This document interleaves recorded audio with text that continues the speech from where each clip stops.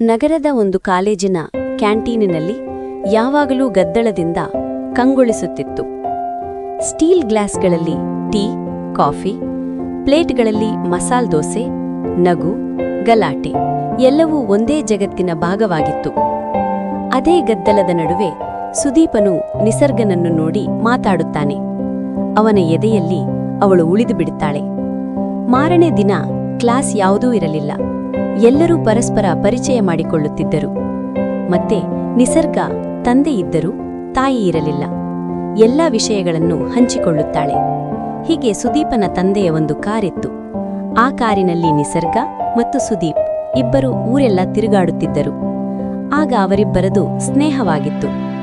ಆದರೆ ಸುದೀಪನ ಮನದಲ್ಲಿ ಪ್ರೀತಿ ಹುಟ್ಟಿತು. ಆದರೆ ಅವನ ಪ್ರೀತಿ ಅವಳಿಗೆ ಹೇಳಬೇಕು.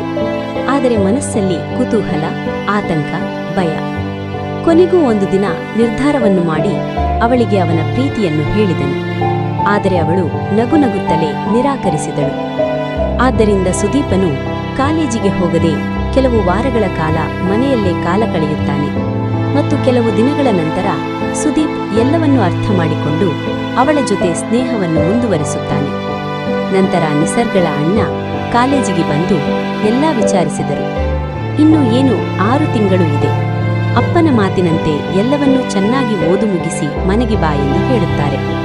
ಆದರೆ ನಿಸರ್ಗ ಕಾಲೇಜಿನ ಮೊದಲನೇ ದಿನವೇ ಸುದೀಪನ ಮೇಲೆ ಪ್ರೀತಿ ಹುಟ್ಟಿರುತ್ತದೆ. ಆದರೆ ಅವನಿಗೆ ಹೇಳಿರಲ್ಲ. ಕಾರಣ ಅವರ ತಂದೆ. ಆದ್ದರಿಂದ ಅವಳ ತಂದೆಗೆ ಹೇಳಿರುತ್ತಾಳೆ, ನಿಮ್ಮ ಆಯ್ಕೆಯಂತೆ ನನ್ನ ಜೀವನ, ಮದುವೆ ಎಂದು. ಕೊನೆಯ ದಿನ ಕಾಲೇಜಿನ ಅಂತಿಮ ಗಂಟೆ ಮುಳುಗಿತು. ಎಲ್ಲರೂ ಸಂಭ್ರಮದಲ್ಲಿದ್ದರು.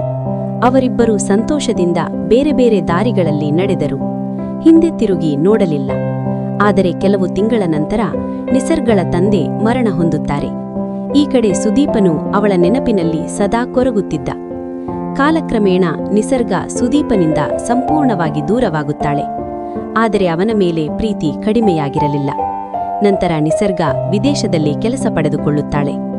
ನಿಸರ್ಗಳು ವಿದೇಶಕ್ಕೆ ಹೋಗುವ ಮುನ್ನ ಒಂದು ಸಾರಿಯಾದರೂ ಸುದೀಪನನ್ನು ನೋಡಬೇಕು ಅನ್ನೋ ಮನದಲ್ಲಿ ಆಸೆ. ಇನ್ನೊಂದು ಕಡೆ ಮನೆಯವರ ಬಲವಂತದಿಂದ ಸುದೀಪನು ಮದುವೆಗೆ ಒಪ್ಪಿಕೊಳ್ಳುತ್ತಾನೆ. ಮುಖದಲ್ಲಿ ನಗು, ಎದೆಯಲ್ಲಿ ನೋವು. ಆದರೆ ಸುದೀಪ್ ಸದಾಕಾಲ ಅವಳ ಫೋಟೋ ನೋಡಿಕೊಂಡು ಕಾಲ ಕಳೆಯುತ್ತಿದ್ದ.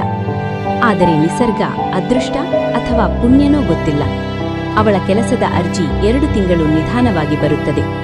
ಈ ಕಡೆ ಹೇಗಾದರೂ ಮಾಡಿ ಒಂದು ದಿನ ಸುದೀಪನು ನಿಸರ್ಗಳ ಮನೆಯ ವಿಳಾಸವನ್ನು ಹುಡುಕಿದನು. ನಂತರ ಇಬ್ಬರೂ ಅಪ್ಪಿಕೊಂಡು ಜೋರಾಗಿ ಅಳುತ್ತಾರೆ. ಮತ್ತೆ 1-2 ದಿನ ಅವಳ ಮನೆಯಲ್ಲಿರುತ್ತಾನೆ. ಅವಳ ತಂದೆ ತೀರಿಕೊಂಡಿದ್ದು ಎಲ್ಲ ವಿಷಯವನ್ನು ಹೇಳುತ್ತಾಳೆ. ನಿಸರ್ಗಳ ಅಣ್ಣ ಎಲ್ಲವನ್ನೂ ಸುದೀಪನಿಗೆ ಹೇಳುತ್ತಾರೆ. ಅವಳ ತಂದೆ ಮಾತಿನಂತೆ ಅವಳು ಬದುಕಬೇಕು. ಅವಳ ತಲೆ ಕೆಡಿಸಬೇಡ. ಅವಳ ಜೀವನವಿಂದ ಹೊರಟು ಹೋಗು ಎಂದು ಹೇಳುತ್ತಾನೆ. ಹಾಗೂ ಹೀಗೂ ನಿಸರ್ಗಳ ಕೆಲಸದ ಅರ್ಜಿಯ ಪತ್ರ ಬಂದೇ ಬಿಡುತ್ತದೆ. ನಿಸರ್ಗಳು ತನ್ನ ಲಗೇಜ್ಗಳನ್ನು ಪ್ಯಾಕ್ ಮಾಡುತ್ತಾಳೆ. ಏನಾಯಿತು ಏನೂ ಗೊತ್ತಿಲ್ಲ. ಸುದೀಪನನ್ನು ನಿಸರ್ಗಳ ಅಣ್ಣ ಅಪ್ಪಿಕೊಂಡು ದಯವಿಟ್ಟು ಅವಳನ್ನು ತಡೆಯಿರಿ ಎಂದು ಬೇಡಿಕೊಳ್ಳುತ್ತಾನೆ. ಕೊನೆಯದಾಗಿ ಸುದೀಪನನ್ನು ನಿಸರ್ಗ ಅಪ್ಪಿಕೊಂಡು ಅಳುತ್ತಾ ಹೇಳುತ್ತಾಳೆ, ದಯವಿಟ್ಟು ನಿನ್ನದೂ ಒಂದು ಜೀವನ ಇದೆ, ಅದರ ಕಡೆ ಗಮನ ಕೊಡು ಎಂದು ಹೇಳುತ್ತಾಳೆ. ಇನ್ನು ಏನು ಹೊರಡುವ ಸಮಯ. ತಾನು ಬೆಳೆದ ಜಾಗ, ಓದಿದ ಸ್ಥಳ ಹಾಗೂ ಹುಟ್ಟಿದ ಊರು ಎಲ್ಲವನ್ನೂ ನೆನಪಿಸಿಕೊಂಡು ಹೊರಟು ಹೋದಳು. ಮತ್ತೆ ಸುದೀಪನು ತನ್ನದೇ ಆದ ಒಂದು ದಾರಿಯಲ್ಲಿ ತನ್ನ ಜೀವನ ಕಟ್ಟಿಕೊಂಡನು. ಆದರೆ ಅವರಿಬ್ಬರದು ಪ್ರೀತಿಯೇ ಆದರೂ ಅದು ಸ್ನೇಹವಾಗಿ ಉಳಿಯುತ್ತದೆ.